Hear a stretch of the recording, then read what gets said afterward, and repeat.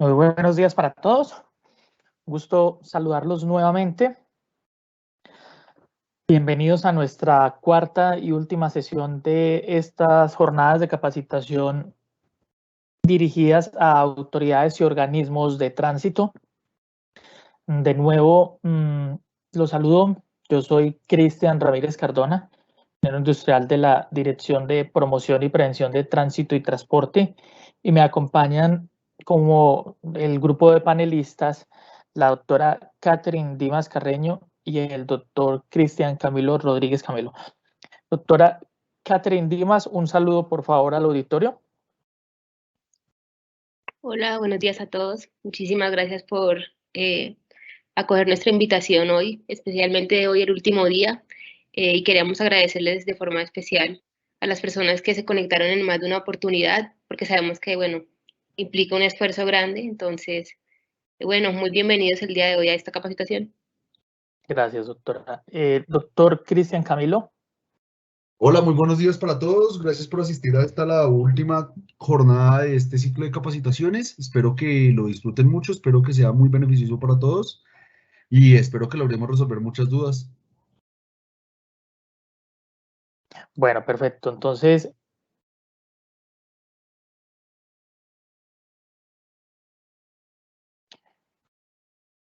¿cuál será la mecánica del día? Les recuerdo que la dinámica que utilizamos para estos espacios será la de primero haremos una presentación muy técnica acerca de los contenidos que venimos a exponerles el día de hoy y posteriormente tendremos un ciclo de preguntas, pero a diferencia de otros días, para la presentación del día de hoy, en la cual hablaremos del tema de la informalidad y la ilegalidad en el transporte, pues iniciaremos con un video que ha sido preparado para ustedes. Lo lanzamos el día de hoy aprovechando este espacio y será exhibido repetidamente en las redes sociales para que cuando quieran ser consultados nuevamente ustedes puedan tener acceso a él. Bueno, entonces iniciemos por ese video.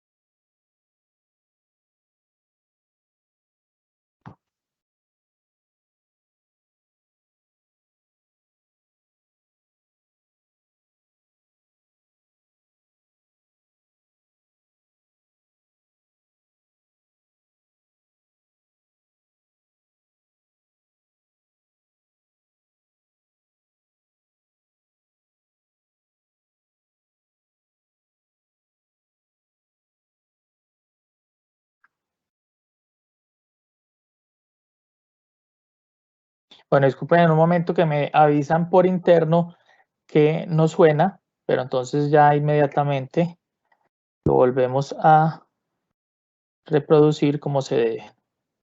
Por favor, les pido paciencia, unos segundos mientras que hago el ajuste.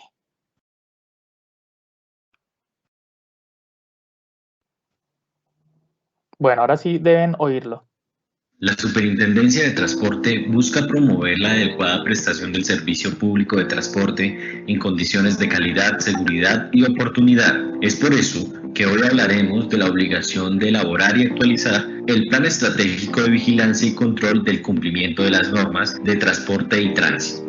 En la resolución 3443 de 2016 se previó que las autoridades y organismos de tránsito deben ejercer las funciones necesarias para el cumplimiento de las leyes de transporte y tránsito, para el acceso a estos servicios por parte de los ciudadanos y en especial para el control y vigilancia de las normas de transporte y tránsito dentro de su jurisdicción. Por esto deben garantizar la prestación del servicio de transporte y tránsito y la vigilancia y control de estos servicios dentro de su jurisdicción. Actualizar anualmente el Plan Estratégico de Vigilancia y Control del cumplimiento de las normas de transporte y tránsito, en el cual se determina, entre otros aspectos, la ampliación de la cobertura, las estrategias, actividades y recursos necesarios para ejercer eficientemente los procesos contravencionales y el recaudo de las multas, incluyendo la gestión efectiva, eficiente y eficaz de los procesos que se adelanten por jurisdicción coactiva. Es importante recordar que estos planes son instrumentos que deben tener todas las autoridades con competencia de supervisión, inspección y control y vigilancia del servicio público de transporte terrestre automotor en todos sus modos y modalidades. Los planes deben contener acciones administrativas tales como reportes, visitas de inspección, revisión de los actos de delegación y los actos que contengan la distribución de las funciones, y acciones operativas o de control en vía, tales como puestos de control e indicadores. Mediante la circular externa 15 del 20 de noviembre de 2020, la Superintendencia de Transporte recordó la obligación de actualizarlo para la vigencia 2021, especialmente en los términos establecidos en la Resolución 3443 de 2016 del Ministerio de Transporte, y que este debe ser depositado en las direcciones territoriales del Ministerio de Transporte con copia a la Superintendencia de Transporte en el siguiente correo: ventanilla_erradicación@supertransporte.gov.co. Adicionalmente, se recordó a las autoridades y organismos de tránsito que deben aplicar las normas y sanciones que sean procedentes tanto del régimen de tránsito terrestre, así como también de las de transporte terrestre. Muchas gracias por ver este video. Felicitamos a los organismos y autoridades de tránsito que ya han enviado sus planes a la entidad, así como aquellos que los mantienen actualizados y velan por el estricto cumplimiento de la normatividad dentro de sus jurisdicciones. Asimismo, recordamos a quienes no lo han remitido que deberán actualizar el Plan Estratégico de Vigilancia y Control del cumplimiento de las normas de transporte y tránsito para el año 2021. Evite esperar hasta la última fecha para hacerlo. Hasta pronto. La movilidad es de todos. Ministerio de Transporte. Muy bien. Entonces, la intención con este videoclip que les presentamos al inicio de la sesión de hoy es resumir varios de los puntos que tocaremos durante el desarrollo de la presentación. En tanto, les hablaremos de la resolución 3443 y la circular 15, que la primera es una norma del 2016 expedida por el Ministerio de Transporte y la segunda una comunicación emitida por la Superintendencia a finales del 2020, las cuales tienen como objetivo principal recordarle a las autoridades y organismos de tránsito, todos quienes hacemos parte del Sistema Nacional de Tránsito y Transporte, que debemos combatir de forma unificada y con toda la severidad necesaria el tema de la informalidad y la ilegalidad. Bueno, en este momento tenemos 36 asistentes. Me disculpo con aquellos que quizás ingresaron tarde y no alcanzaron a ver el video.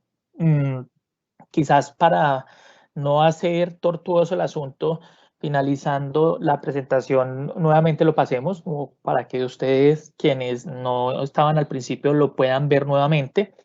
Y más bien, entonces, entremos en materia.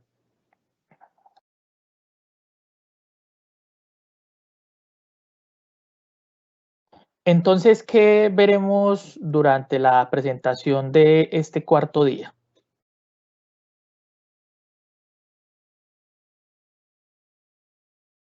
Tenemos entonces 5 puntos, 5 capítulos preparados para esta sesión.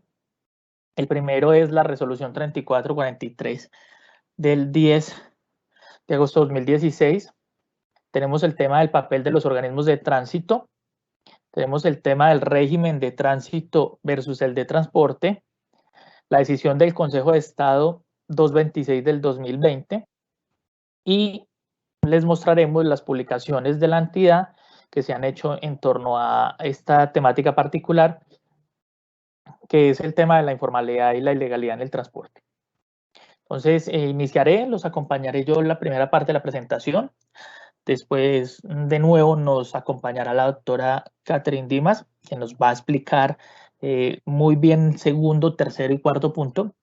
Y tiene un comentario, tiene una intervención bien interesante para el cierre de la presentación. Entonces, les rogamos a todos, por favor, estar atentos de principio a fin. Digamos que todo lo que les veníamos contando durante esta semana tiene hoy su cúspide en este punto. Entonces, como lo decía el video, comencemos por este tema de la resolución 3443.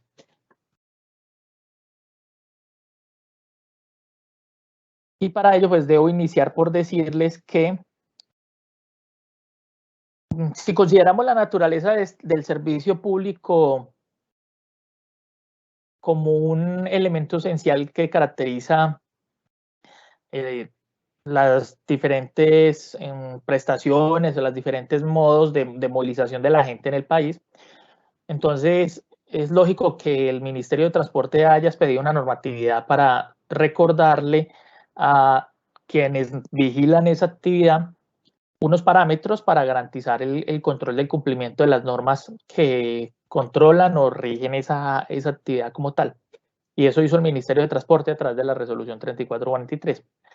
En el marco de esos lineamientos, se fijó la obligación de que todas las autoridades que tienen las competencias de supervisión, inspección, control y vigilancia del transporte en todos los modos y modalidades, puede ser terrestre, fluvial, en todos los modos que hay, elaboraran lo que se denominó un plan estratégico de control al cumplimiento del marco normativo en transporte.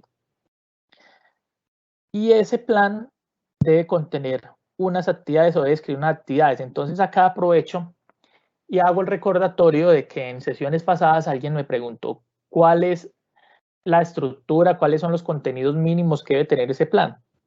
Entonces les reitero que la resolución 3443 no dice primer capítulo, introducción, segundo capítulo, marco teórico, tercero, normas de tránsito, cuarto, normas de transporte. No, no tiene ese tipo de estructura, pero lo que sí deja ver los contenidos de la normatividad son aspectos como los siguientes. Entonces dicen que ese plan estratégico debe comprender como mínimo dos grupos grandes de actividades. Primero las acciones administrativas y después las operativas.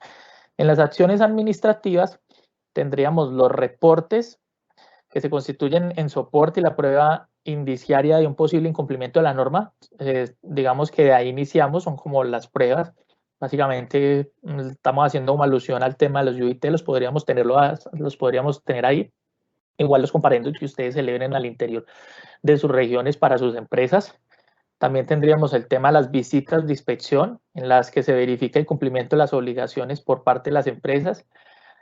Les decía que la superintendencia vigila las de Radio Acción Nacional en cuanto a temas operativos, entonces nosotros vamos y vigilamos empresas de carga, especial, mixto, pasajeros por carretera, los organismos de apoyo, ocasionalmente los organismos de tránsito, entidades desintegradoras, etcétera, mientras que las autoridades en sus jurisdicciones locales deberían hacer visitas de inspección operativas a las empresas de transporte de taxi, a las de colectivo urbano, a los sistemas integrados de transporte masivo y a lo que corresponde a su radio de acción.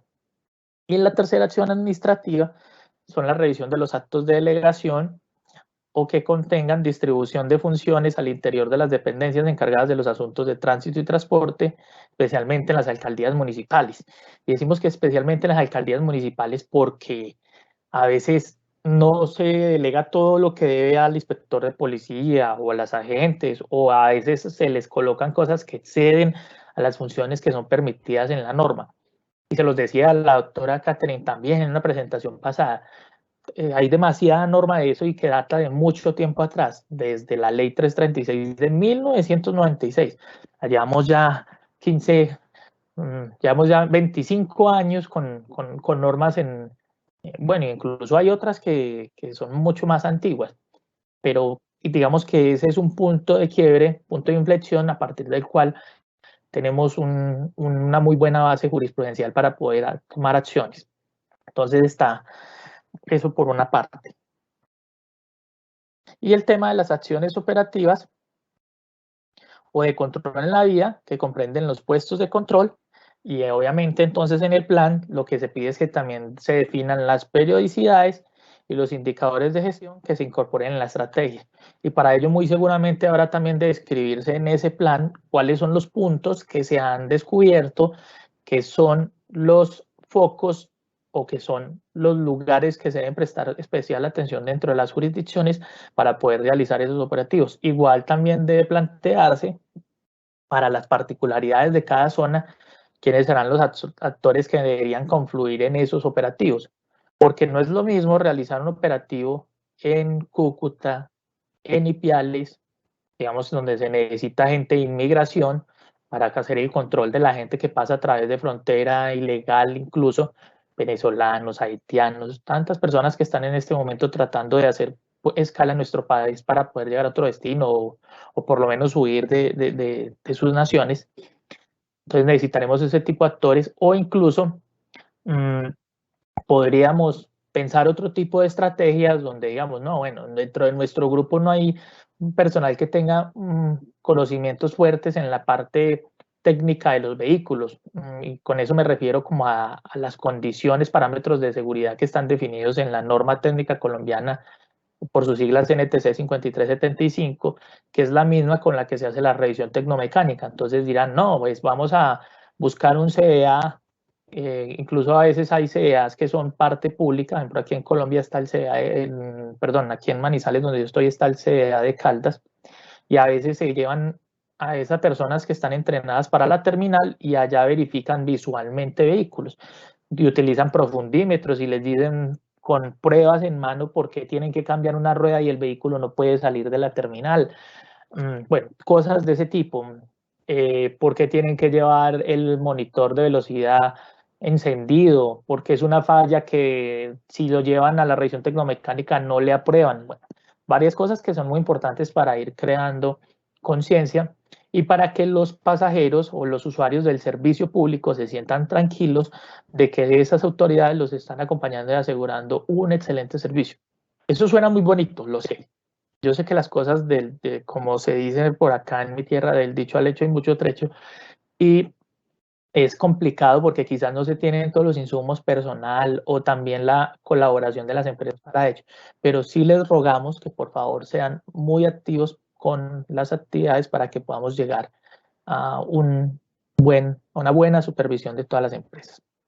Bien, después de hablado de estos contenidos principales que tiene la resolución 3443, pues también les recuerdo que la norma dispuso que todas las autoridades tienen la obligación de actualizar anualmente el plan. Y entonces, después de actualizar anualmente, pues deben determinar en ese plan, entre otros aspectos, lo que se quiere lograr con el plan. Y lo tengo aquí en esta siguiente, lo tenemos más adelante en los contenidos. Y lo que se quiere lograr con eso es que se determinen ampliaciones de cobertura, las actividades, los recursos necesarios que se requieren para ejercer como les decía, una eficiente supervisión, y con ellos pues el tema de los procesos contravencionales y el recaudo de las multas. Digamos que todo eso va como allá. Lo que hace este plan estratégico es explicar lo que hacen operativamente las autoridades y los organismos de tránsito, como por decirlo de alguna manera. Entonces, el propósito de ese plan se situó en que todas las entidades del sector transporte aúnen, por la intención no es que lo hagan solos, se sumen al ministerio, a la superintendencia, al DITRA, para apoyarse en el control del cumplimiento y garantizar la eficacia de las acciones. Entonces, sobre ese objetivo, el artículo 3 de la resolución, de esta resolución 3443, plantea que de acuerdo con las funciones, no solo los alcaldes municipales y distritales, las autoridades metropolitanas y las secretarías de tránsito, de movilidad y las direcciones territoriales del ministerio deben ejercer controles, sino que también la superintendencia de transporte como entidad encargada debe vigilar esa realización y definir su contenido. Y por eso más adelante les hablaré de la circular 15, porque ahí les recordamos que estamos haciendo eso. y antes de la circular 15 ya estábamos sancionando organismos de tránsito, como se los mostramos también hace unos días. El caso de Bucaramanga, el caso de Cali, el caso de otras investigaciones que se han aperturado muy sonadas, como Pasto y otras cosas de ese tipo. Es porque en realidad la superintendencia está comprometida con que eso se cumpla. Bueno, ahora sí, le doy paso entonces a la doctora Catherine para que nos cuente el papel de los organismos de tránsito y continúe con la presentación. Muchas gracias, ingeniero, también por esa introducción de la resolución 3443. Ustedes se preguntarán en este punto por qué le estamos hablando específicamente a las autoridades y a los organismos de tránsito. Lo cierto es que, digamos, con la resolución 3443 se buscó que todos hiciéramos una especie de clic o que estuviéramos en la misma sintonía en torno a las figuras, pues, de la informalidad y la ilegalidad en el transporte. Pero digamos que les hablamos directamente a ustedes porque ustedes son la cara en el territorio o en el día a día de la operación y porque ustedes son las autoridades competentes para investigar y para imponer las sanciones que se derivan de las infracciones y especialmente a esas sanciones que se derivarán de las infracciones a las normas relativas al transporte público terrestre automotor en las jurisdicciones, pues, de su competencia. Y también les hablamos específicamente a ustedes porque ustedes son las entidades encargadas, digamos, de garantizar que los principios generales del transporte que contiene el decreto 1079 efectivamente se estén cumpliendo. En ese sentido, nosotros consideramos que cuando se producen o el servicio se presta en condiciones de ilegalidad e informalidad, se transgreden una serie de principios como los principios que nos hablan de la seguridad, de la libertad de acceso y de la calidad que debe tener el servicio de transporte. Eso en cuanto a los principios, pero también hay una afectación profunda al servicio cuando se presta en condiciones de ilegalidad y de informalidad, porque básicamente, imaginen ustedes el escenario de un empresario que está prestando el servicio cumpliendo con todos los requisitos que le señala la norma. Es evidente que, por ejemplo, va a estar en desventaja frente a una persona que no está atendiendo a lo contenido en la ley. Piensen, por ejemplo, en el escenario en el que un empresario ha tenido que incurrir en los costos que implican los requisitos de habilitación, que implica la suscripción de pólizas de seguro para que las personas conozcan o tengan un respaldo en caso de algún accidente. O imaginen también ustedes las personas que garantizan un patrimonio básico para cumplir con esos requisitos de habilitación. Es claro que frente a una empresa que no tiene esas mismas consideraciones, pues se encuentra en desventaja. Y de igual forma consideramos nosotros que la ilegalidad y la informalidad afectan severamente al transporte porque incrementan irrazonablemente el riesgo de lesión o de muerte para los pasajeros. Y esto es bien, bien importante porque nosotros consideramos que, y no solamente nosotros como Superintendencia de Transporte, sino también el Ministerio de Transporte e incluso otras autoridades judiciales como la Corte Constitucional y el Consejo de Estado han considerado que, creo que podemos pasar a un ingeniero, han considerado que el servicio público de transporte es la base necesaria para el ejercicio de otros derechos. Entonces, cuando nosotros hablamos de una libertad de circulación, necesariamente tenemos que entender que el transporte como un servicio público esencial garantiza la ejecución de otros derechos. Imagínense ustedes, por ejemplo, qué sería del derecho a la educación o del derecho al trabajo si las personas no tuvieran la oportunidad de movilizarse de una manera segura. Entonces, al ser este derecho a la libre circulación y su ejercicio a través del servicio público de transporte, lo que estamos hablando es de garantizar una obligación que tiene un carácter fundamental y que se desprende básicamente de la Constitución. La Corte Constitucional y el Consejo de Estado nos han dicho en múltiples oportunidades que realmente no existe algo así como un derecho a manejar un vehículo en el territorio nacional. Es decir, esto no es una prerrogativa a favor de nadie, sino que además esta actividad se considera como una actividad peligrosa, porque pone en riesgo no solamente a la persona que conduce ese vehículo, sino también a los demás conductores e incluso a los peatones que interactúan en la vía. De ahí que el Estado debe encargarse, de cierto modo, de reducir o de mitigar ese riesgo que está asociado a la actividad de transporte. ¿Y cómo lo hace el Estado? Primero, estableciendo una serie de requisitos sobre los vehículos. También estableciendo una serie de requisitos sobre los conductores para que estos puedan garantizar, por decirlo así, una idoneidad al desarrollar estas tareas. Y en tercer lugar, controlando también a los otros sujetos que intervienen en la actividad de transporte. Finalmente, también pues el Estado lo hace a través del establecimiento de algunas obligaciones, algunos deberes para quienes prestan el servicio de transporte a la comunidad. Con eso el Estado garantiza pues que efectivamente se está controlando el riesgo de lo que es en esencia una actividad peligrosa. ¿Y por qué entonces les hablamos a los organismos de tránsito? Porque ustedes son los llamados a efectivamente verificar que las personas están cumpliendo con estas obligaciones que ha señalado el Estado para las personas que conducen vehículos automotores. ¿Podemos seguir, un ingeniero? Ok, en este punto es fundamental algo que les decíamos en las jornadas pasadas, y es que existe una diferenciación entre el régimen de tránsito y el régimen de transporte. Y esta, digamos, diferenciación la vemos materializada en algunos puntos. Por ejemplo, el régimen de tránsito nos habla del comportamiento en general de los usuarios en la vía. Esos usuarios pueden ser conductores, pueden ser peatones, pueden ser pasajeros y de igual forma podrán ser los propietarios de esos vehículos. Mientras tanto, cuando hablamos del régimen de transporte, estamos hablando de las normas que están encaminadas a garantizar la prestación del servicio, ahora sí público, de una manera correcta.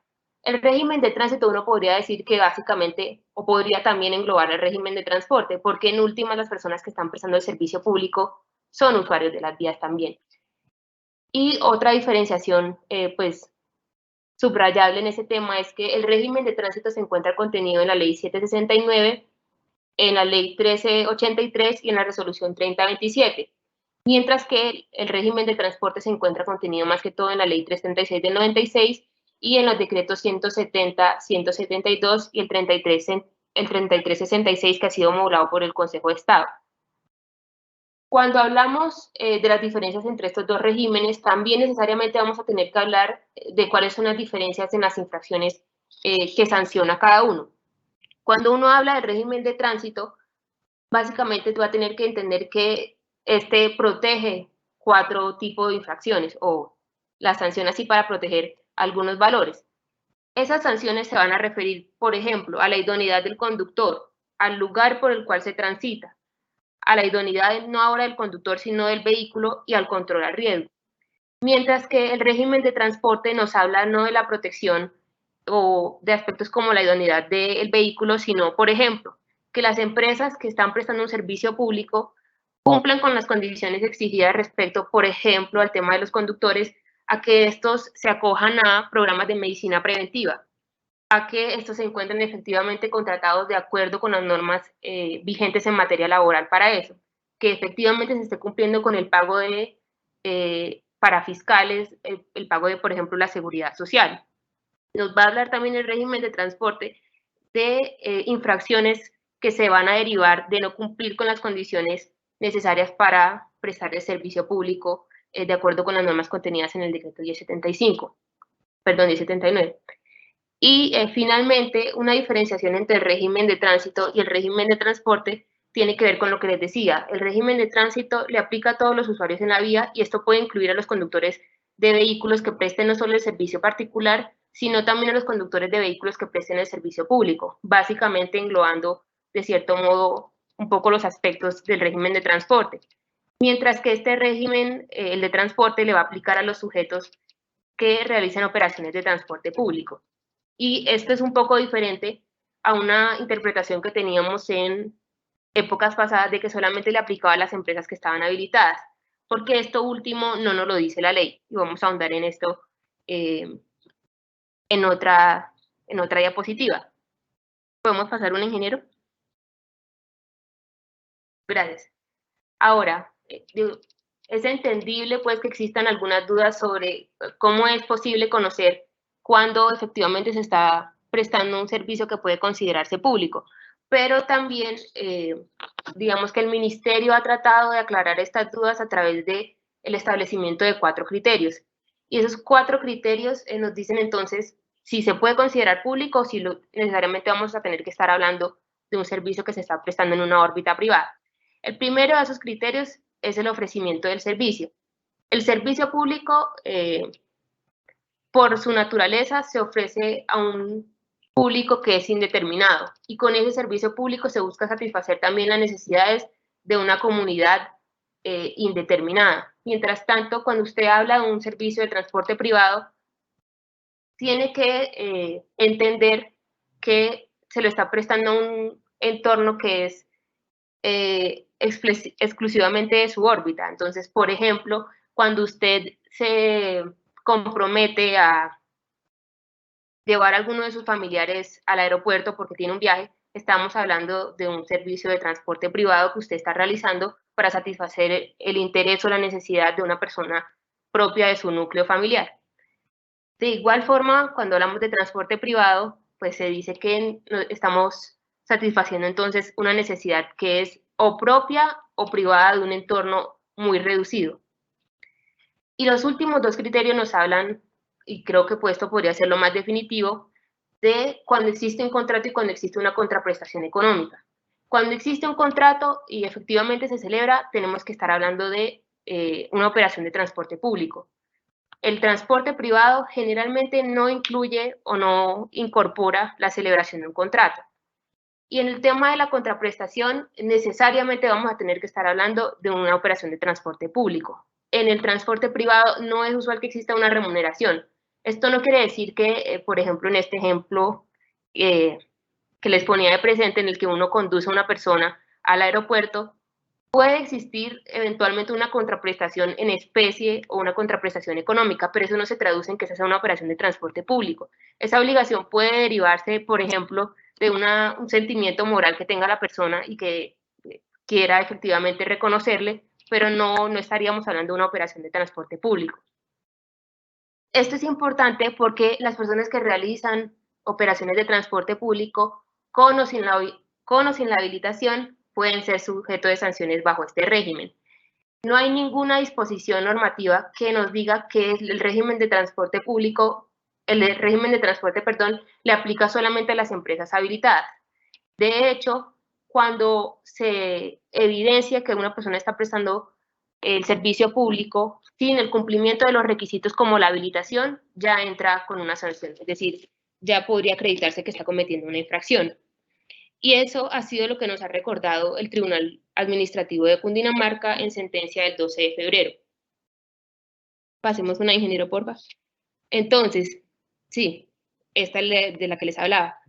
¿El régimen de transporte aplica únicamente a las empresas habilitadas? No. El Ministerio de Transporte, en un concepto del 7 de abril, nos dijo que básicamente el régimen de transporte le aplicaría a todas las personas que se encuentren prestando un servicio público de transporte, tengan o no tengan la habilitación. En ese sentido, digamos que no nos restringimos al concepto de si está habilitada o no, y de hecho ni siquiera nos circunscribimos a si efectivamente se le puede considerar una empresa de transporte, porque la ley 336 nos dice que la empresa de transporte se entiende, digamos que de la siguiente forma: es empresa o operador de transporte, tanto la persona natural como la persona jurídica, que se constituya como una unidad de explotación económica y que cuente con unos equipos que sean permanentes y con unas instalaciones para prestar el servicio público de transporte. Aquí se me escapa algo, y es que cuando hablábamos del régimen de tránsito y el régimen de transporte, y como lo decíamos en sesiones pasadas, uno puede considerar que con una misma conducta se pueden vulnerar simultáneamente dos normas, una norma de tránsito y una norma de transporte. En esos casos en los que sucedan estos eventos, efectivamente se pueden interponer sanciones por ambos regímenes. Y básicamente les pongo un ejemplo. Imaginen ustedes el caso en el que un conductor esté prestando el servicio público de transporte en un vehículo que no esté, digamos, acreditado para este fin. Básicamente usted va a poder utilizar el régimen de tránsito para interponer una sanción de acuerdo con el D12, que nos habla de cuando se destinan vehículos particulares para un servicio diferente para el cual han sido autorizados, y va a poder de igual forma acreditar una infracción al régimen de transporte porque conducir sin la licencia de conducción requerida es una infracción en este régimen.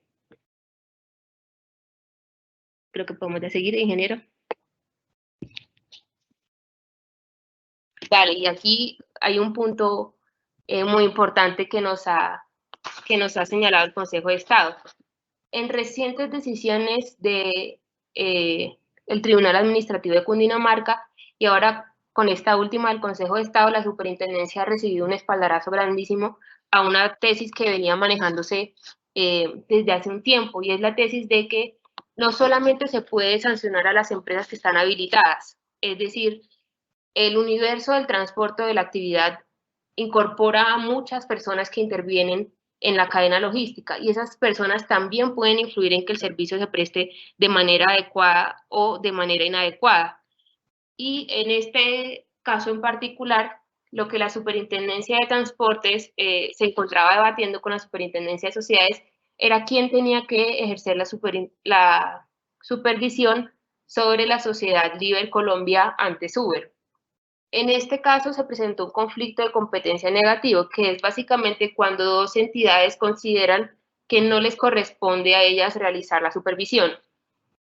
¿Qué nos dijo básicamente el Consejo de Estado? Que debemos hacer una distinción entre dos tipos de sujetos. Los primeros serían los sujetos vigilados que efectivamente están sometidos a nuestra inspección, vigilancia y control, y lo segundo, y un universo mucho más grande, es el de sujetos pasivos de nuestras sanciones. Cuando nosotros hablamos de estos sujetos pasivos, nos tenemos que devolver a la Ley 105 de 1993, que en su artículo 9 nos dice que pueden ser sujetos de nuestras sanciones por violación a las normas de transporte dentro de otros: las empresas que prestan el servicio público, las personas que son propietarias de un vehículo y, entre otras cosas, incluso las personas que se encuentran conduciendo vehículos. Entonces, si bien nuestro universo de vigilados puede ser limitado, pongámosle una cifra tal vez irrisoria para que se note que es un ejemplo, si nuestros vigilados son 10, el universo de personas a las que nosotros podemos interponer sanciones como la Superintendencia de Transporte es por ahí de unos 1000, por poner un ejemplo. Entonces, no tendrá entonces que ver necesariamente con la supervisión el hecho de que podamos interponerle sanciones o no.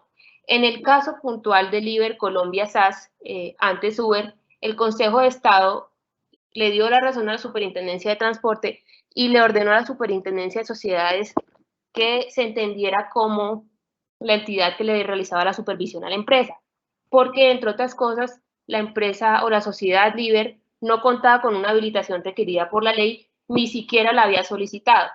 Tampoco contaba con una habilitación requerida para prestar el servicio público de transporte a través de las plataformas, y en última, sí, pues no era una sociedad vigilada de acuerdo con el decreto 101 que nos dice quiénes son sujetos de nuestra vigilancia. Finalmente, pues en el tema de Uber se pone de presente entonces lo que nosotros veníamos señalando, y es que la estabilidad del transporte depende de muchos intervinientes en la cadena, y que si bien nosotros pues no somos la entidad de supervisión de muchos, sí podemos ejercer o imponerles las sanciones cuando estén violando el régimen. Listo, ingeniero. Gracias, doctora. Muy amable y muy ilustrativa su intervención. Entonces, pasemos a la última parte de nuestra presentación, pero no antes de continuar. Antes de continuar, quiero enviarles el link del listado de asistencia para que, por favor, quienes nos acompañan, nos hagan ese gran favor de diligenciarlo. Ya se los voy a poner en este momento en el chat, y también quisiera a ver si el compañero, el doctor Cristian Rodríguez, me retroalimenta acerca de si existen inquietudes en nuestro chat.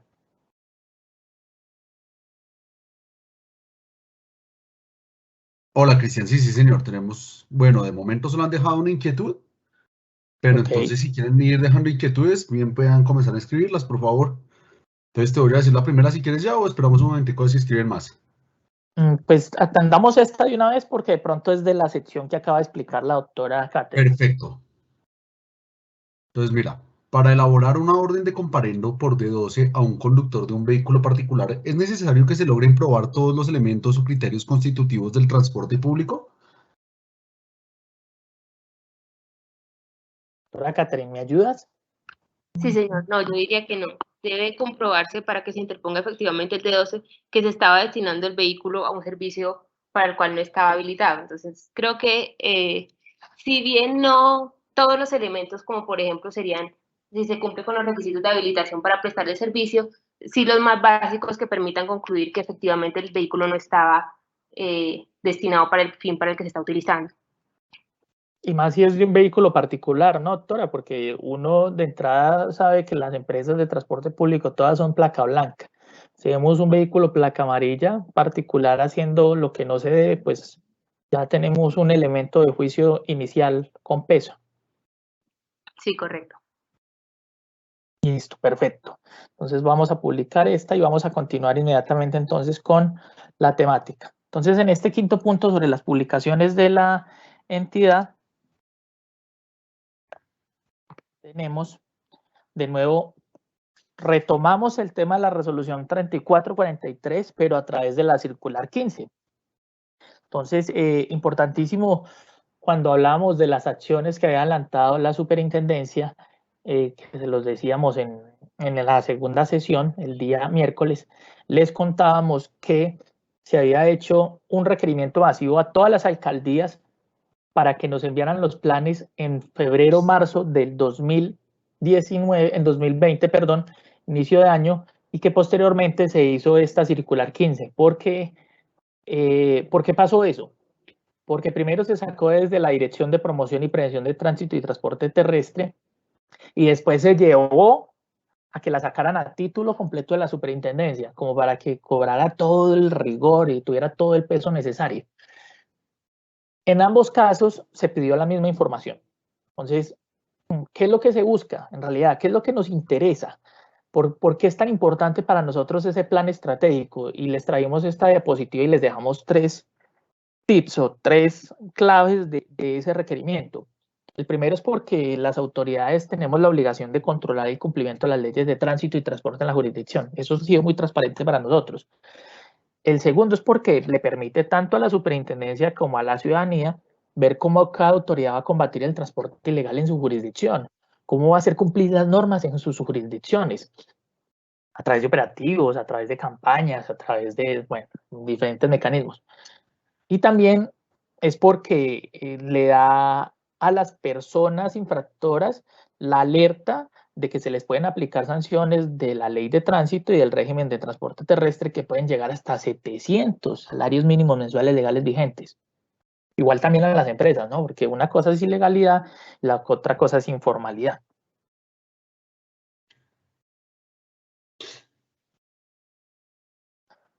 Este plan también es muy importante, digamos que esta era como el tema.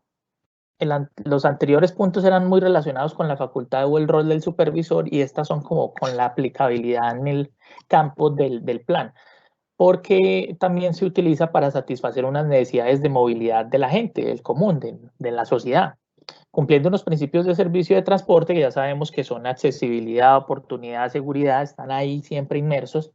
Y para ello, pues entonces las autoridades locales o los organismos de tránsito que fueron los invitados a estas sesiones deberían o habrían de asegurar las siguientes condiciones. Primero, que existan vehículos homologados y que tengan los mantenimientos periódicos exigidos. Quizás en otro espacio andaremos en el tema de los mantenimientos periódicos exigidos, porque les recuerdo que existe la resolución 315 de 2013, que fue modificada por la 378-2013, y allá hablan del tema de mantenimiento preventivo y correctivo y dicen que debe hacerse mínimo cada 2 meses a los vehículos de las empresas, a los vehículos vinculados a las empresas. Y llevar ese control es complicado porque aún tenemos algunos vacíos normativos que no explican cuestiones como qué es un centro especializado. No lo dicen. Eso no está claramente definido. Ni tampoco tenemos algo similar a lo que nos decían cuando nos preguntaban cuál es el contenido mínimo del plan estratégico. Pues en el tema de mantenimiento tampoco está claramente definido cuál es el contenido mínimo que debe tener un plan de mantenimiento. Digamos que son cosas que hay que darles manejo mientras que las seguimos trabajando porque estamos haciendo un esfuerzo grande para sacar esos temas adelante. En segundo lugar, también deberíamos asegurar las condiciones de conductores idóneos y capacitados. Eso sí, de entrada. Eso está en la Ley 336 de 1996. Eso lleva muchos años y se sabe que las empresas legalmente constituidas y juiciosas pues deben tener unos conductores con todas las condiciones. Incluso de años para acá se han enviado al SENA para que completen el tema de las competencias laborales y se certifiquen como conductores. Esperamos que en algún momento eso sea una actividad profesional, como sucede en otros países, porque en realidad es una actividad que merece toda la atención. Y por último, en tercer lugar, necesitamos que se aseguren estas autoridades y organismos de que las empresas tengan toda la capacidad necesaria para prestar el servicio. Me refiero a la cantidad, la cobertura, para que no digan, hay un abandono de rutas porque no fueron con el 50% de la capacidad que les habían autorizado. Sucede mucho en la superintendencia, cada rato nos ponen quejas porque entre las mismas empresas hay competencia. Entonces sucede o porque la comunidad en realidad le va a un derecho de petición y llega acá y lo comprobamos. Entonces ojalá que no, mantengan cuidado con la capacidad. Y que si no la van a cumplir, pues entonces esas empresas le escriban al organismo de tránsito, al alcalde, es que no puedo prestar esta ruta porque es imposible transitarla y entonces ya es un tema de movilidad, no el tema de transporte. Necesitamos es que nos aseguren recursos para que arreglen esas calles. Bueno, no sé, ese tipo de cosas suceden y es muy importante que siempre haya esa comunicación entre los actores para que solucionemos ese tema, particularmente si lo llevamos al ámbito nacional, al tema de la superintendencia. Esto ya se canaliza a través del ministerio y el ministerio ya determina con envías, con la ANI, lo que sea necesario, con los concesionarios a los cuales se les hayan entregado la custodia de ciertos tramos de la malla vial, y si es el caso, pues también emiten una licitación de nuevo para volver a sacar la ruta y la prestación del servicio, porque ellos de pronto considerarán, nuestras entidades hermanas, de que sí existe toda la infraestructura necesaria y que simplemente la empresa es la que quiere quitarse de esa prestación. Entonces, todo ese tipo de cosas tiene un procedimiento. Estoy explicando todo eso para que vean que no es simplemente, ay, se dejó prestar el servicio y qué pesar de la gente. No, eso tiene unas implicaciones. Y obviamente si las autoridades, los organismos y nuestras entidades hermanas no hacen las cosas, todos tenemos oportunidad de ser sancionados, o incluso con solo el tema de aparecer en redes sociales pasando vergüenzas de ese tipo, pues si uno es funcionario público y quiere las entidades, ya se imaginarán el horror. Entonces esperemos que eso no suceda. Y eso solo con la palabra capacidad, imagínense. Ahora bien, las pólizas, que también esas empresas tengan las pólizas de seguro. Recuerden que en el tema de pasajeros, estoy hablando del tema del colectivo urbano, el tema del taxi, esas empresas deben tener pólizas de responsabilidad contractual y extracontractual que aseguren para todo, lesiones, muertes, daños a terceros. Bueno, hay varios factores, entonces mucho cuidado con lo que requiere la norma y tienen unos montos específicos por riesgo, donde dicen, bueno, debe tener 300 salarios mínimos cada riesgo, 500 cada riesgo. Entonces, muy importante que tengan juicio o harto rigor con esa minucia para cuando vayan y verifiquen ese tipo de condiciones en las empresas, se den cuenta que lo están cumpliendo. Ni que decir que lo tenga todo el parque automotor, porque eso es importantísimo. Entonces, eso es para que si suceden accidentes o otro tipo de reclamaciones, pues tengan algún respaldo, ¿cierto? Y en esa manera, pues nosotros o todos los que estamos en este sector podamos brindarle toda la tranquilidad y las garantías a los usuarios. Muy de la mano este comentario con el tema de los SOAT y de las revisiones tecnomecánicas vigentes. Es increíble la cantidad de personas que al interior de los municipios transitan sin esos dos requisitos y simplemente porque no hay rigor en los controles. Es increíble. Y porque como desde la superintendencia pues no podemos hacer mayor cosa, pues ni modo. Entonces se pasan muchas cosas de agache. Y ni quiero entrar a especulaciones o comentarios que de pronto ofendan a nuestros auditorios, a las personas que me escuchen más adelante en la retransmisión de las grabaciones, pero en realidad hay cosas tenebrosas detrás de esas realidades, ¿cierto? Hay intereses que uno no se alcanza ni imaginar, pero qué grave que una persona se accidente en una moto y no tenga cómo cómo responder, o que lo accidenten en una moto y no tengan cómo responderle. Y más si estamos hablando de irregularidades, transporte ilegal.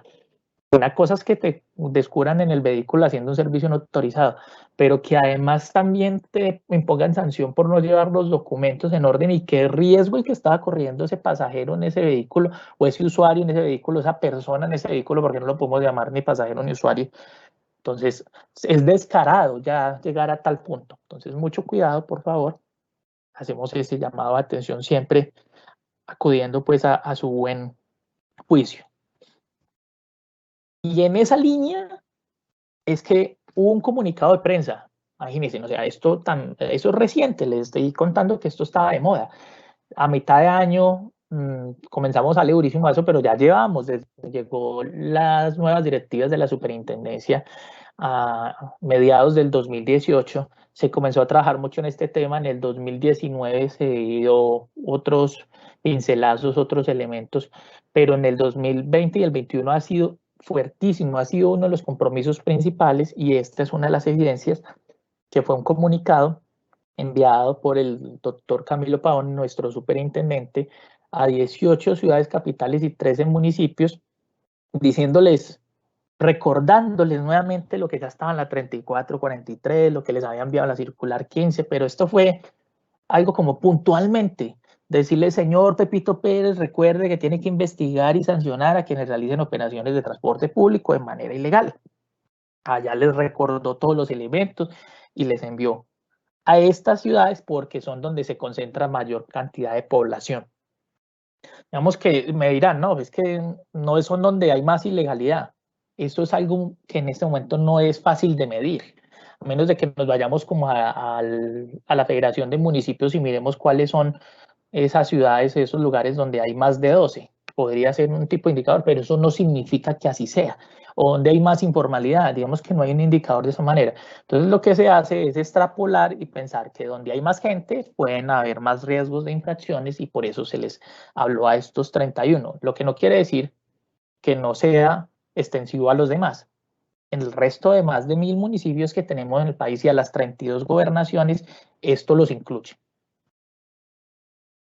Ahora sí, para cerrar entonces el tema del día de hoy, los dejo acá nuevamente con la doctora Catherine, porque en algún tiempo atrás les habló de, muy someramente, muy tangencialmente, el tema de que puede ser sancionada cualquier persona, y hoy lo dijimos ya una vez, hace poco lo volví a mencionar, y hoy nuevamente en este punto les queremos reiterar ese tema para que tengan conciencia todas las personas, todos los que estamos en este cuento, que el que esté haciendo mal las cosas y afectando el tema del transporte público es sancionable, tenga habilitación o no, etcétera, pero ya la doctora les va a dar unos elementos más y les va a recordar estos insumos por si algún día ustedes incluso los necesitan. Allá pueden buscarlo en la página de la Super o en Force, ahí en redes sociales están apareciendo constantemente cosas de este tipo.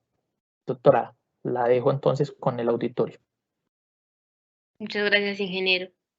Bueno, en este último concepto de la Superintendencia de Transporte y a través de lo que ha manifestado el superintendente, el doctor Camilo Pavón, digamos que ustedes han podido tal vez atestiguar un cambio de 180 grados en las funciones de inspección, vigilancia y control de la superintendencia. Si anteriormente les decía que nosotros ahora hemos recibido el espaldarazo de que no solamente podemos sancionar a las personas que son nuestros vigilados de acuerdo al decreto 101 de 2000, lo cierto es que la entidad haya dado unos grandes pasos para, digamos que, materializar esta nueva competencia respecto a los sujetos pasivos que, como les decía, pueden ser cualquier persona que se encuentre conduciendo un vehículo, y lo ha hecho a través de, por ejemplo,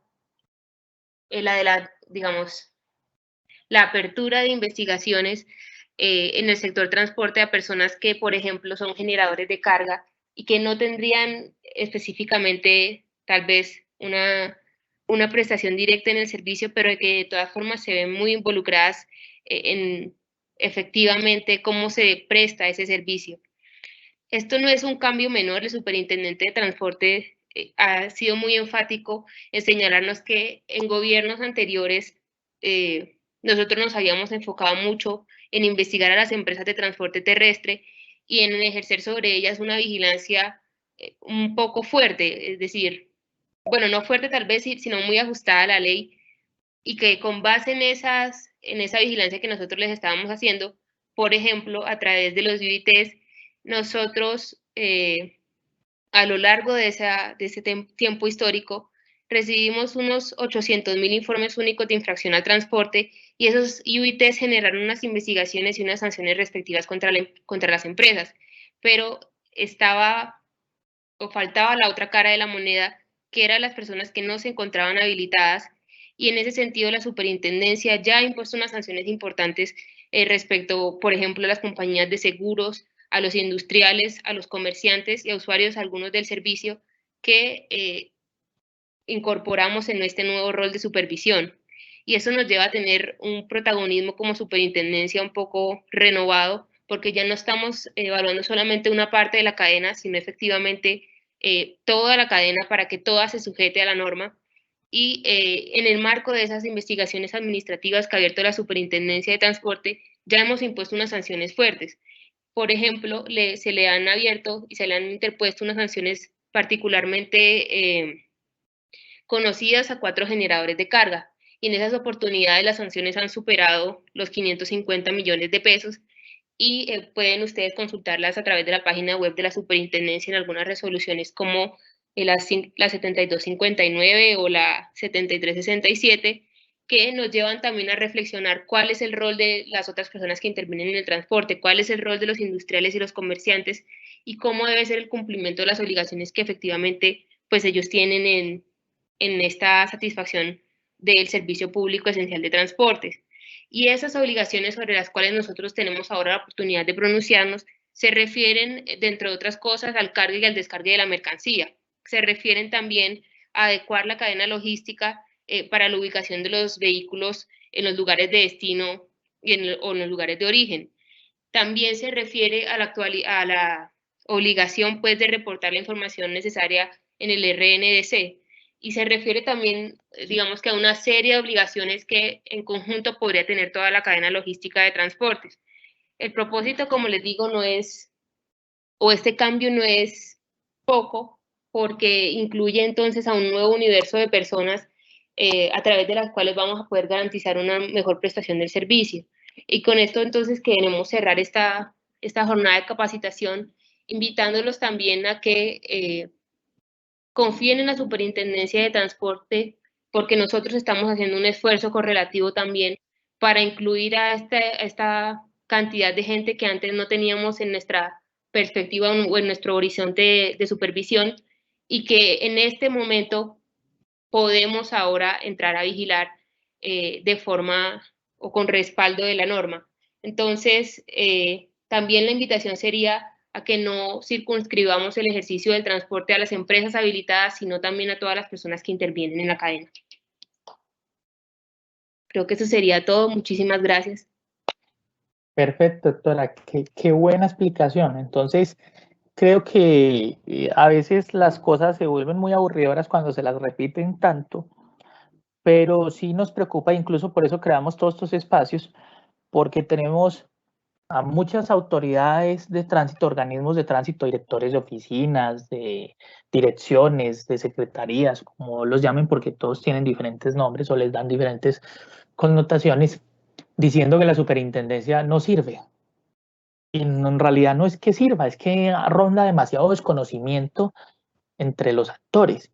Y si incluso estos espacios que obviamente ameritan toda una construcción, un estudio de todos los contenidos, una preparación, una disposición de profesionales como nosotros que estamos en este momento acompañándolos, y aún así no vino el auditorio suficiente, entonces es muy complicado porque después quedamos en una guerra de quién dijo y quién no dijo.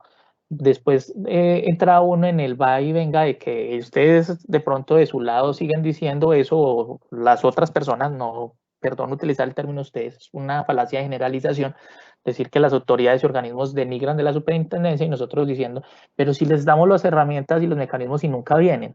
Y Insisto, la superintendencia es una entidad de puertas abiertas, se ha caracterizado porque nuestras directivas, tanto la doctora Sumaya, que es nuestra directora de promoción y prevención de tránsito y transporte terrestre, como su superior, que es la doctora Adriana Margarita Urbina, la delegada de tránsito, y el doctor Camilo, incluso en la cabeza de la entidad, todos han estado constantemente dispuestos a atenderlos en todos los espacios necesarios. Y si requieren que este ciclo de capacitaciones se vuelva a repetir, les agradecemos que hagan las solicitudes necesarias a través de los medios o los canales dispuestos para ellos.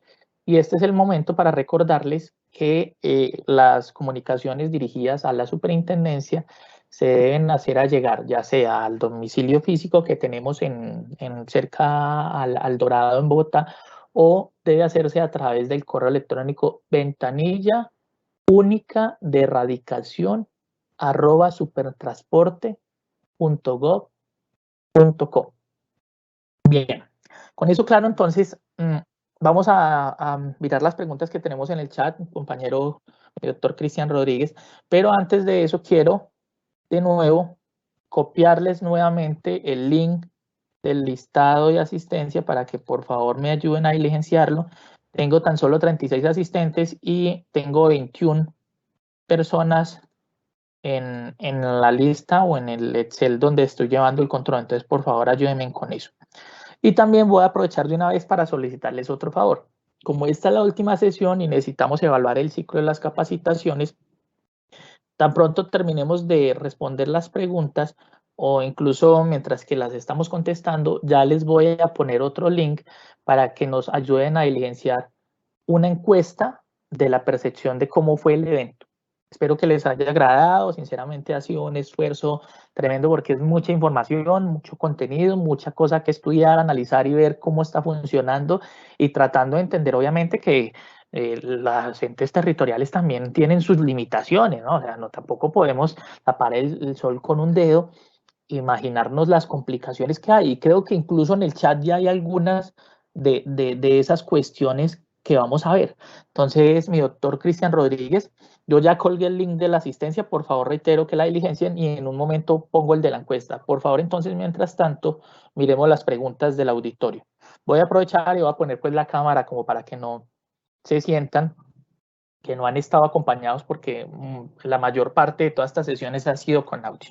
Entonces, cuéntame, doctor Cristian. Listo, ingeniero. La primera pregunta que tenemos es una pregunta directamente a la doctora Catherine. Se le pregunta a la doctora cómo deberían de actuar las autoridades operativas de control a efecto de aplicar un D12 y cómo demostrar que los ocupantes del vehículo particular no pertenecen al entorno familiar privado. Bueno, voy a meter la cucharada porque es más un tema operativo. La doctora es muy del tema legal.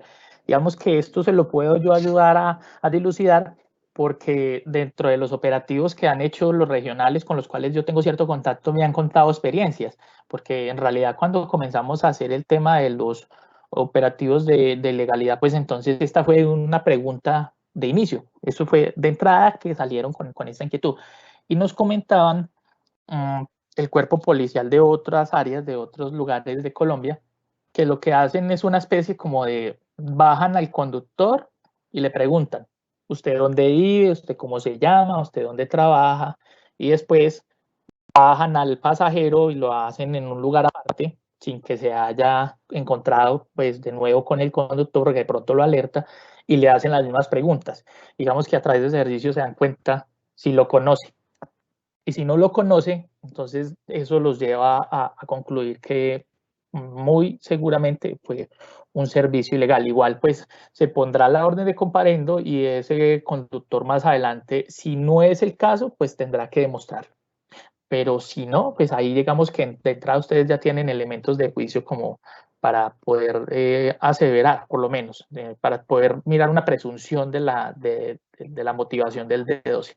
Ese es un muy buen ejercicio, se los comparto. Eso no está en ningún lado, ¿cierto? O sea, qué bueno que las multas vinieran con un protocolo para saber si se imponen o no y estuvieran todas claramente parametrizadas. Pero como hay tantas variables y como también dicen por acá en mi tierra, hay más trampas que ratones, entonces es mucho como el manejo de la buena disciplina y de la buena forma en la que hagan las cosas los agentes y el personal policíaco que tenemos en las vías. Doctora, ¿quiere complementar algo? No, señor, me parece un buen ejercicio, pero pues sí le sugeriría tener un poco de cuidado con tal vez las entrevistas que se hacen a los vehículos, porque me parece que en varias oportunidades se han presentado inconvenientes. Siempre es necesario recordar que las personas tienen pues el derecho a guardar silencio en este tipo de tal vez de situaciones, pero sí podría ser un buen ejercicio si la persona reconoce que no conoce a la persona que le está prestando el servicio, pues ya sería un buen indicio para interponer el comparendo, pero pues siempre guardando unas justas proporciones de no ir a violentar a la persona como con preguntas demasiado intrusivas, diría pues. Por supuesto. Listo, mi doctor Rodríguez, ¿tenemos otra pregunta? Sí, señor, tenemos otra pregunta. Una empresa privada tiene la concesión de alumbrado público y adquiere los vehículos por medio de leasing, entre ellos unas camionetas doble cabina particulares. Una veeduría insiste en que esto es transporte informal y nos están solicitando a través de derechos de petición hacer operativos contra esta empresa. Si se considera transporte informal, sabiendo que los vehículos son de la empresa, pero adquiridos por leasing. Bueno, entonces voy a contarles que sobre eso había un pronunciamiento, ya hubo un pronunciamiento del Consejo de Estado y ese pronunciamiento dijo que las empresas que no tienen parque automotor, pero que hacen las contrataciones a través del leasing y muestran que tienen los contratos con el banco donde ellos son los tenedores, se valen como si fueran parque automotor de ellos, porque a la larga van a entrar en el parque automotor. Incluso, si ustedes ahorita miran, por ejemplo, el decreto 478 del 2021, que fue la última modificación que le hicieron al régimen del servicio del transporte público especial, van a encontrar que ya se contempló el leasing para la justificación del parque automotor. Entonces, ese famoso 10% que había que le piden a las empresas que demuestren que son de ellos, ya puede ser solventado a través de los contratos de leasing. Entonces, en este caso es factible. Pero voy a aprovechar también el punto, y para no quitarles mucho tiempo, no se los voy a poner en pantalla, pero les voy a contar que hubo una comunicación del Ministerio de Transporte y de la superintendencia también a mediados de año, donde se aclaró que todo lo que sea contratación de movilización de pasajeros o carga por parte de empresas debe hacerse con empresas de transporte, porque estamos en Colombia y hay lugares donde conocemos situaciones donde dicen, no, es que soy empresa y contraté con particulares, es un contrato entre privados. No, dentro del régimen de transporte que existe, dentro de las leyes que vuelvo y les digo son de hace muchos años, está claramente definido que si usted es empresa y necesita movilizar carga o pasajeros, necesita contratar con una empresa de transporte, no lo puede hacer con cualquiera. Cosa distinta es que existan excepciones, ¿cierto? Dentro de las modalidades. Por ejemplo, en el tema de carga, existe una vaina que se llama el decreto 2034 de 1988. Imagínense, es más viejo todavía que las propias normas. Y hay unas excepciones contempladas, pero dicen que eso es cuando el dueño de la carga que está exenta o que dentro de los grupos que pueden ser exentos, contrata con el dueño del vehículo de transporte público, con el dueño del vehículo del transporte público. Entonces, por ponerles un ejemplo, el café. Dice, no, necesito sacar tantas cargas de café. No se va a buscar una empresa porque de pronto le queda muy costoso, muy difícil, y porque de pronto una empresa no va a entrar una mula a una trocha de una finca para sacarlo. Seguramente la van a sacar en un camión doble eje que tenga suficiente potencia para poder salir de los barrizales, etcétera. O que se pongan en el tema de los tablones y todo para poder pasar ese vehículo por esos huecos. En fin, estoy diciendo de la manera más cruda. Entonces, en ese caso, pues entonces sí le contrata los 2, 3, 4 viajes de forma verbal para que le saque ese producto al casco urbano.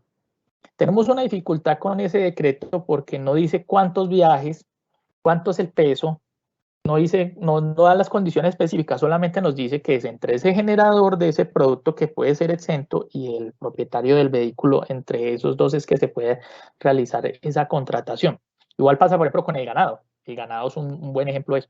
No, necesito sacar unos animalitos para llevarlos al matadero. Entonces le dice al señor, el dueño de estos animales, por favor, sáquelos. Entonces, esas de esos ejemplos y no necesitan manifiesto. Pero otra cosa muy diferente es si efectivamente es un generador grande, no sé, Pensemos en un caso como Bogotá, cuando llegan los aviones cargados de productos médicos o cuando llegan grandes contenedores con cosas como, bueno, un gran volumen de productos de plataformas, de Olímpica, Carulla, lo que sea. Digamos que estas cadenas, estos generadores, pues cómo se van a poner a contratar 20, 50 personas voz a voz, sabiendo que existen empresas de transporte. O sea, la misma lógica me lleva a decir, pues para eso está la empresa de transporte, contráteme la empresa de transporte, y en los casos que aplique habrán manifiestos y en otros no. Aprovecho y hago el paréntesis y les recuerdo que los manifiestos deben expedirse para todo movimiento de radioacción nacional o intermunicipal. Dentro de las ciudades, dentro de los distritos o dentro de las áreas metropolitanas no deberían circular vehículos con manifiestos. Quizás lo hagan para que si las autoridades los detengan, pues tengan un documento y mostrarles que llevan. Pero digamos que la obligación no existe en ese momento, digamos es algo meramente informativo. Okay, entonces, ejemplo claro de eso es, por ejemplo, el Valle de Aburrá. Valle de Aburrá es Medellín y 12 municipios aledaños. Se supone que los vehículos que se mueven entre esas ciudades, entre esos territorios, aunque pasen de un lugar a otro, no deberían llevar manifiesto. Cosa distinta sucede a Bogotá. Y muy buen ejemplo por si nos está escuchando la Secretaría de Movilidad de Cundinamarca. Cuando hagan operativos y dicen, no, es que estoy operando dentro del área metropolitana de Bogotá, pues el área metropolitana de Bogotá no está legalmente constituida.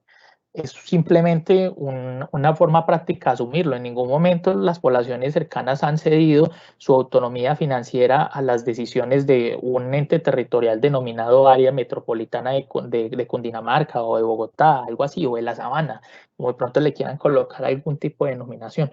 Eso no existe. Y bajo ese sentido, entonces, si un vehículo de Bogotá va a Siberia, no sé, por decir algo, o a Cota, a mover una carga, debería llevar manifiesto, a pesar de que sean cercanos, pero es lo que me pide la norma. Entonces, es mucho como del conocimiento y mucho del cuidado. Aprovecho pues todo este espacio como para decirles eso.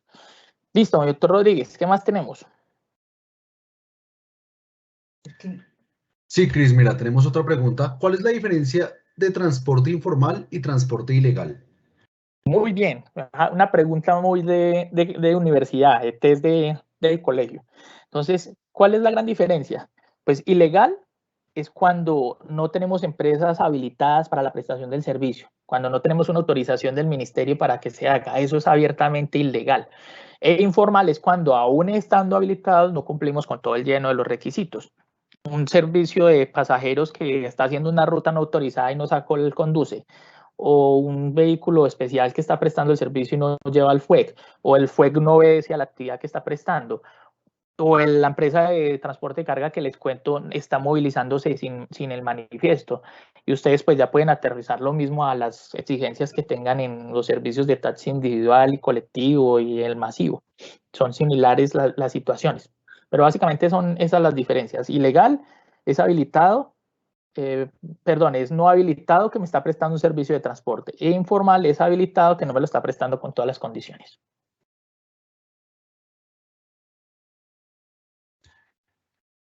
Perfecto, Cris. Otra pregunta. ¿El conductor de servicio público debe llevar a la mano los seguros contractual y el extracontractual en un accidente? No, no es que los deban llevar a las manos, es que los deben tener. Lo que nos interesa es que tengan las pólizas y por eso les decimos muchas veces a las autoridades, a los organismos, necesitan ir a hacer visitas a las empresas, porque obviamente en la normatividad de transporte, incluso en la misma ley 336 que se las hemos mencionado una y otra vez, dicen es que se verifican ciertos documentos para que puedan operar los vehículos, los conductores que tengan licencia vigente, que tengan SOAT, que tengan RTM, pero en ningún lado dice que tengan que portar las copias de las pólizas. Máxime, lo que podrán hacer es que si los detenemos y queremos de pronto preguntarles si tienen el soporte, puede ser que algunos los lleven muy juiciosamente en los carros, muchas empresas hacen eso porque autoridades se los hacen exigibles, se los muestran en el celular o en el impreso que llevan en el vehículo, pero no, digamos que en realidad este es un parámetro que se comprueba ya en la empresa. Muéstreme el listado del parque automotor que tiene operando, muéstreme el plan de rodamiento, lo que tenga, y cojo y comparo los 100 vehículos que dicen aquí con los 100 que dicen allá, y ahora muéstreme, por favor, las pólizas y muéstreme el anexo donde me dicen los vehículos que tiene asegurados. A veces le sacan las 100 copias de las pólizas. Bueno, tocará mirarlos. A veces simplemente la aseguradora te envía un listado a la empresa donde te dice estos son los 100 vehículos y coges tú y aleatoriamente revisas, o si eres muy juicioso, pues miras uno a uno. A ver si están todos. Y peor si ya tienes indicios, porque si te diste cuenta que hubo un accidente de un vehículo y por eso vas a la empresa a verificar qué pasó con ese vehículo, pues ya tienes esa placa. ¿Y qué tal que la verifiques y efectivamente no tuvo su SOA o su RTM? Entonces, ahí tienes un parámetro de verificación. Y también pasa lo mismo con la póliza. Si ese vehículo se accidentó y vas y miras en el listado que no está, pues ahí también hay hallazgo y hay motivo para apertura de investigación y sanción administrativa más adelante.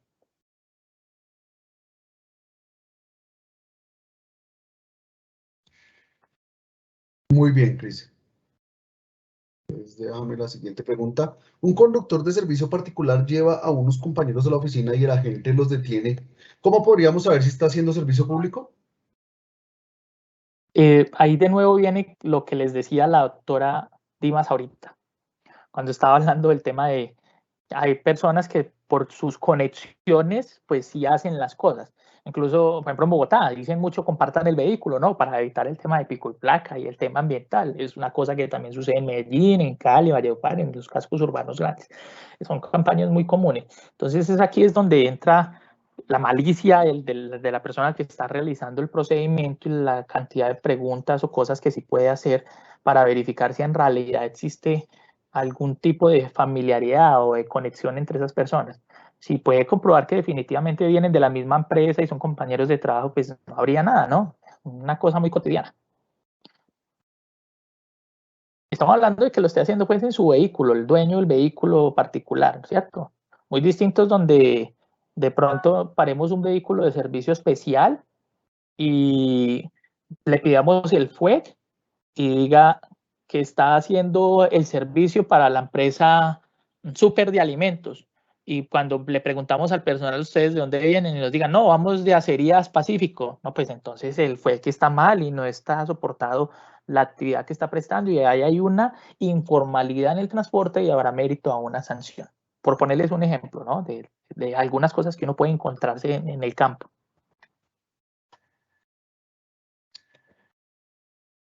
Listo, Cris. Siguiente pregunta. Frente a un accidente de tránsito en transporte ilegal, caso concreto, vehículos pesados donde no existe inspección de tránsito, ¿cuál es el paso a seguir para favorecer a la familia de las víctimas? ¿O de la víctima? Espérame, estoy volviendo a leerla. En un accidente de tránsito en transporte ilegal, caso concreto, vehículos pesados, donde no existe inspección de tránsito, ¿cuál es el paso a seguir para favorecer la víctima? Pues bueno, entonces, insisto, si no hay inspección de tránsito, la máxima autoridad responsable de que se cumplan las normas de tránsito y transporte en las regiones, ¿quién es? El alcalde. Qué pena si el señor alcalde no delegó esas funciones en una persona capacitada para el asunto. Esas de las cosas que él tiene que hacer cuando llega allá, poner todo en orden en la casa, ¿no? Entonces, pues, debería tener un inspector de tránsito como mínimo que sea calificado en la materia, sea competente como agente de tránsito para que pueda realizar ese procedimiento. Y si no tiene ese tipo de personas, pues entonces debería tener su cuerpo de agentes de tránsito. Y si tampoco tiene su cuerpo de agentes de tránsito, debe tener convenio con la Policía Nacional para que les traiga policías de tránsito, agentes del DITRA para que les haga la regulación. Los mecanismos están, el problema es cuando no existen. Los ponen a la gente que si tiene un accidente, tiene un problema grande, pues no tienen a quién acudir. Y ahí hay un vacío entonces con las competencias que hay en el ente territorial. Perfecto, Cris. Por acá nos enviaron las gracias por las capacitaciones. No, es para todos ustedes. Espero que les hayan servido mucho. Tenemos otra Muy pregunta. amable, muchísimas gracias. Aprovecho, Cristian, y te hago ahí, te interrumpo para decirte, yo creo que ya tengo todos los asistentes, tengo 34 asistentes en la lista de asistencia, se están yendo algunas personas ya de la jornada, entonces voy a, en este momento, compartirles el tema de la encuesta de percepción para que por favor antes de que se vayan, me la diligencien, si ustedes son tan amables, y ya continuamos entonces con las preguntas. En este momento les estoy enviando el link. ¿Listo? Ahora sí, Cris, por favor me cuentas qué otras dudas tenemos. Listo, tenemos otra duda ¿me pueden indicar el link para las memorias de la actual capacitación y el correo para solicitudes? Bueno, el correo para solicitudes es ventanilla única de erradicación@supertransporte.gov.co. Y indicar el link para las memorias, apenas terminemos esta, la otra semana se van a subir en la página de la Superintendencia de Transporte. Entonces ya la otra semana se va a publicar también por redes para que estén pendientes de nuestras redes sociales. Cuando estén todas las capacitaciones, se van a publicar en redes también como los tweets y el anuncio para que puedan ir a la página de la superintendencia y puedan volver a ver estas si están interesados. Bueno, perfecto. Cuéntame entonces, Cris, ¿qué otra pregunta tenemos? Ok. Bueno, nos están preguntando, señores exponentes, una vez terminadas las capacitaciones, ¿cómo acredito mi asistencia ante mi superior? Pues hubiese sido bueno que de pronto hubieras tomado una captura de tu acceso al evento para que lo hubieses podido soportar. Igual pues nosotros tenemos los listados de asistencia. No sé de qué sesión de pronto necesitas que quizás te pueda colaborar con ese listado de asistencia al correo que nos dejaste, pero tendrías sí que complementarme la información en el chat. Lo que yo sí te recomiendo es que simplemente tomes una captura de pantalla de que estuviste aquí en el evento. Es una manera como para que no dependas de nosotros. Vale, espérame, entonces le escribo a la persona que nos escriba el correo y qué día necesita.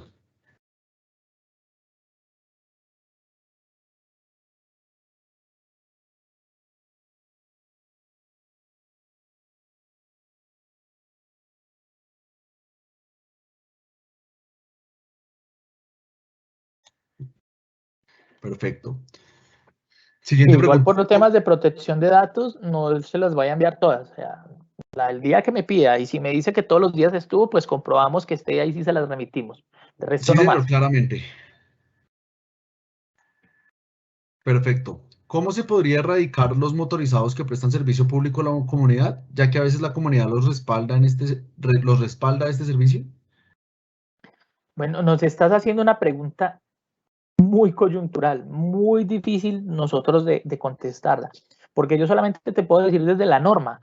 La norma me permite que haya empresas con motos cuando hayan poblaciones con menos de 50.000 habitantes y donde no hayan empresas de transporte colectivo, taxi, nada. O sea, no haya sino para moverlos en motos y toque organizarlos para que hagan el transporte.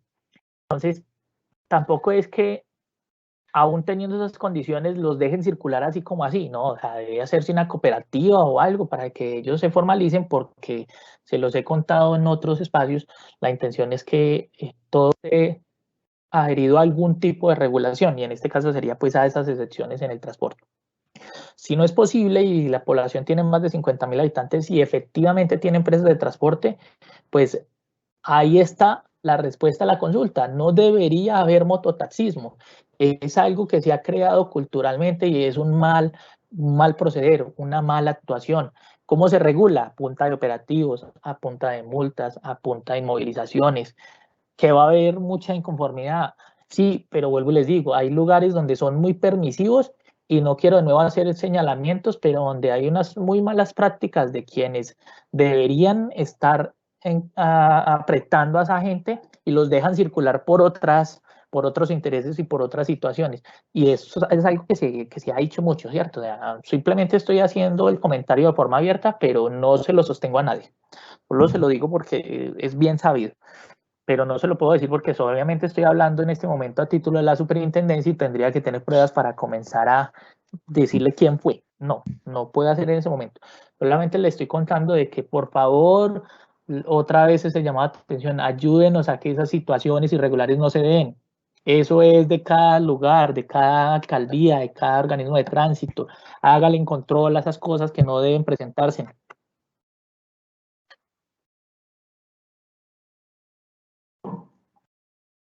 Perfecto, Cris. Tengo otra inquietud acá. Finalmente, el día martes se dijo que los ingresos por infracciones en vías nacionales le corresponden el 50% al municipio del sitio de la ocurrencia. Por favor, ayúdenme con mayor información e ilustración normativa. Muchas gracias. Bueno, perfecto. Doctora Dimas, quizás tú tienes a la mano la norma para decirle a esta persona, vaya, consulte puntualmente tal. Sí, señor. Lo digo despacio por si alguien más lo quiere. Espérame, Eso incluso está, te voy escribiendo aquí a esa persona. Le voy a escribir para que le llegue a ella con esa contestación de la consulta. Dime, ¿cuál es? vale, eso está contenido en la Ley 769 de 2002, en el parágrafo segundo del artículo 159. El artículo 159. Te confirmo, Ley 769 de 2002, parágrafo segundo del artículo 159.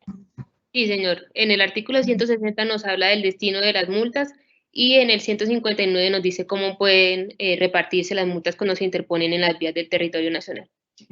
Listo, entonces le voy a dejar 159-160, como para que tengan los dos argumentos. Y por favor, ahí lo tiene. El usuario que tiene dentro de su nombre DASA. Ahí ya le contestamos en el chat internamente. Igual lo voy a publicar por si alguien también necesita tomarse el dato de la resolución. Sí, señor, me parece Listo. que la alcaldía municipal de Taminango. Muchísimas gracias a la alcaldía también por su participación en varios de los días de la capacitación. Muchas Muy gracias. bien. Muchísimas gracias. Voy de nuevo, Cristian, a copiarles en el chat a los 30 asistentes que nos quedan el link de la encuesta de percepción para que por favor nos ayuden a diligenciarla. ¿Y qué más preguntas tenemos? Bueno, tengo otra pregunta, pero ya la habíamos respondido. ¿Nos podrían regalar un número de contacto para realizar consultas en régimen de tránsito? Bueno, para atenderlo sería por el correo que ya había sí, dicho señor. anteriormente, ventanilla@supertransporte.gov.co. Ahí pueden escribir todas sus consultas y se les dará se tomará el tiempo para darles las respuestas sobre las inquietudes que tengan. Eso es correcto. Igual te complemento que en la página web de la entidad, www.supertransporte.gov.co, hay un chat donde pueden hacer consultas y también ahí están las líneas, la 018000 y los otros números fijos, etcétera, para que si es necesario, pues se comuniquen si no lo quieren hacer a través de los correos electrónicos porque quizás les parece más laxo el procedimiento. Gracias, Cristian. Bueno, acá tenemos, ¿es posible la realización de capacitaciones en cuanto a los temas vistos para un organismo de tránsito? Para equipo de agentes de tránsito y personal administrativo relacionado, ¿cómo podemos solicitarlo? Como les dijimos, a través del correo ventanilla única de erradicación @supertransporte.gov.co.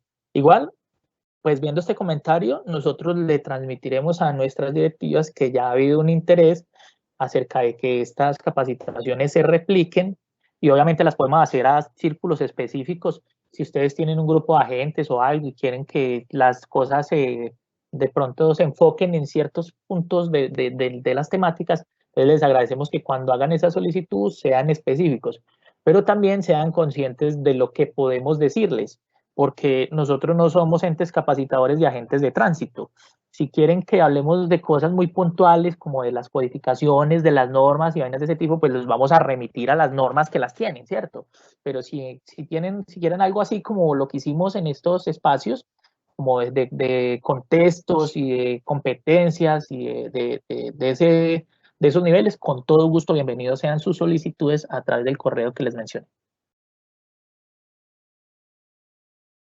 Listo, Cris. Y creo que el resto nos están agradeciendo. La Secretaría de Tránsito de Zarzal Valle. Muchas gracias, muy excelente capacitación. No, muchísimas gracias a todos ustedes por atendernos, por estar en la capacitación. Espero que hayan disfrutado los 4 días del ciclo. Tengo otro acá, una pregunta adicional. En el caso de los motocarros que prestan servicio de transporte de pasajeros en diferentes municipios en vehículos de servicio particular, ¿cómo se pueden actuar como autoridad y de qué forma se pueden legalizar este tipo de servicios en estos vehículos? No es que se puedan legalizar, el tema legalizar está mal manejado porque, vuelvo y les digo, si las motos no son en poblaciones que están con menos de 50.000 habitantes y no hay empresas de servicio público, no se pueden legalizar. Toca es acabar con eso. Y los servicios particulares nunca se pueden legalizar, excepto cuando les contábamos que existían unas zonas estratégicas de transporte que después se llamaron zonas diferenciales de transporte, y en unos lugares muy particulares donde el Ministerio de Educación ha dicho que es imposible acceder o que existen unas condiciones geográficas, demográficas muy particulares, ahí sí se va a la ley 20, se me escapa en este momento el número, espérame, ya te la recuerdo de nuevo, aquí la tenemos en la normatividad.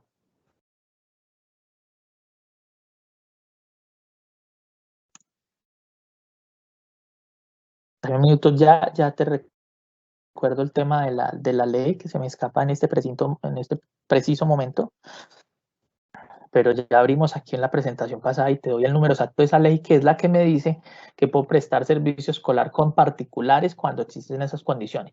Entonces, si no estoy en una zona fronteriza, donde me aplique la zona diferencial de transporte, o no estoy en una población donde tengo el conocimiento de que existe una situación particular para el transporte escolar, no tengo por qué tener particulares prestando el servicio.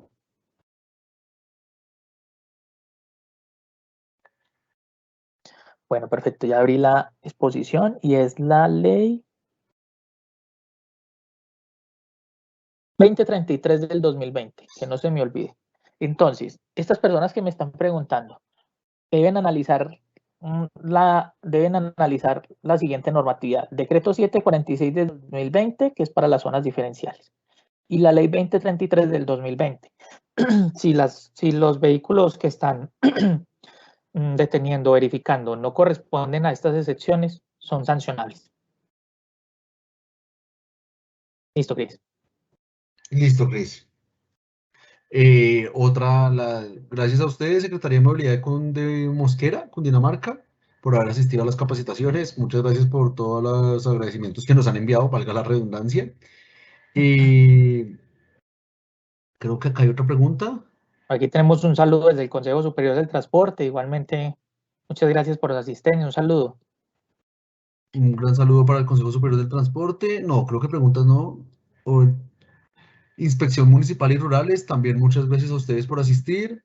Esperamos lo mismo, seguir continuando con las capacitaciones. Esperamos que les hayan gustado, eso es lo importante, y que hayan aprendido, que hayamos podido resolver dudas. Y otra vez tenemos otra duda, Cris, respecto a la misma pregunta anterior. ¿Estos vehículos montecarros son de 3 o 4 pasajeros y prestan este servicio? Ajá. Ok, solo indican eso, pero no sé si haya una pregunta o una relación Es con como lo que... complementario el comentario Sí. anterior que les hicieron. Sí, es posible. O sea, hay en donde hay mototaxismo, hay motos de 2, de 3 pasajeros, algunos llevan carga, y es factible mientras que se cumplan las condiciones que les digo que están en el decreto 1079 de 2015 para esas zonas donde no hay empresas de transporte y donde hay menos de 50.000 habitantes. Allá las pueden buscar y verificar y ahí está el soporte. Si no tienen las condiciones, no deberían estar circulando esos vehículos, o más bien no deberían estar prestando el servicio, perdón, porque sí pueden circular, obviamente. Yo nuevamente en el chat les dejé el link para la encuesta, por favor. A ver si más personas me pueden colaborar con la encuesta de la participación antes de que se me acaben de ir todos de la sesión. No sé, Cris, si tenemos más preguntas. No, señor, ya son agradecimientos. Agradecemos a todas las personas por haber asistido. Entonces ya podemos cerrar, Cris. Bueno, muchísimas gracias. Ha sido un placer estar con ustedes estos 4 días.